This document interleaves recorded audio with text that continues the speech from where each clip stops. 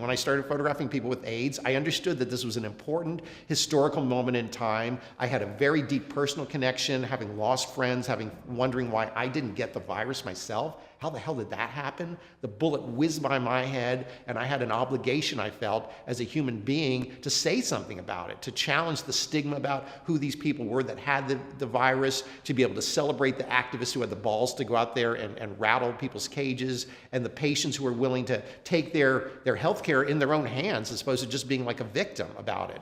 And so that definitely changed the work when I started doing that kind of street work. It changed my attitude about my photography. It gave me a sense of urgency about the photography as well. And for many of us photographers, urgency is a really great emotional experience. It means you got to get this and you got to get it done. It's not like you have 10 years to do this work. The political activists of ACT UP in particular were greatly inspiring, and they knew how to stage events. They would make their demonstrations be happening in the early morning or late afternoon, golden hours for us photographers. They had fabulous graphics, not some little hand-done sign. They had beautiful posters that were made that were photographed great.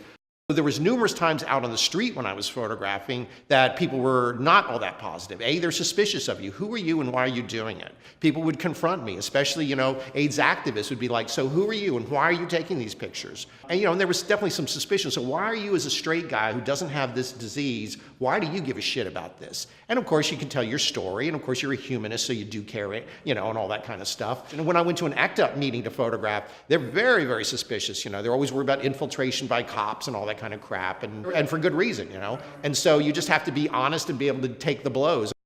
How can you make pictures that are going to actually be about something, that are going to be about more than just, a pretty picture? I mean, the challenge, I think, for every photographer is to get beyond the beauty of that image, and because beauty, is very seductive. It's fine to have a great seductive picture, and it works great for advertising maybe or something else, and yet I'm interested in pictures that are going to last.